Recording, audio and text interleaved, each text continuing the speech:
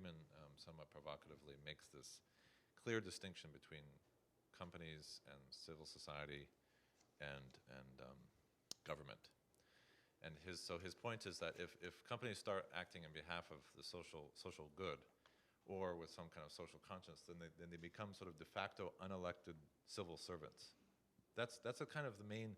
So if companies start acting with a social cause in mind, then they're implementing policy and unelected, and therefore it's similar to a dictatorship or authoritarian government, and that we want to avoid that.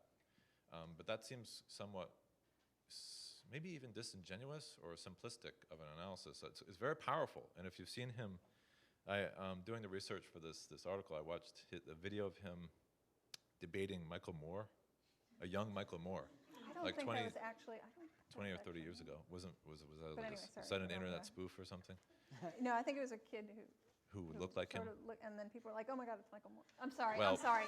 It was Michael Moore. It was Michael Moore. Go on with your, I'm sorry. According to YouTube.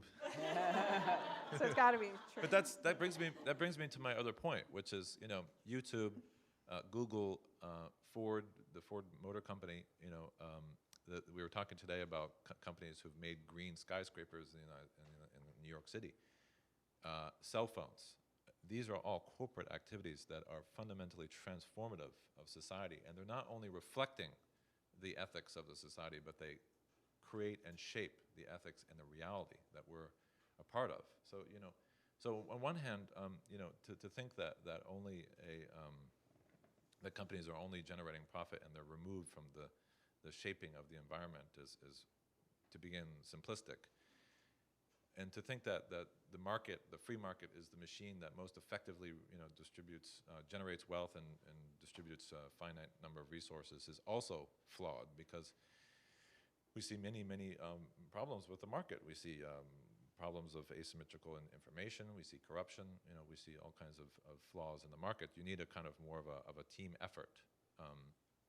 And the final thing, and I'll just wrap up here, is that the New Yorker wrote a really interesting profile of the United States Senate, where I started my career as a young aide, and it was basically describing an institution that's broken. I mean, it was so depressing, and it's interesting because the essay I wrote to get into graduate school was about bipartisanship, about how bipartisanship is necessary in order to create good American foreign policy.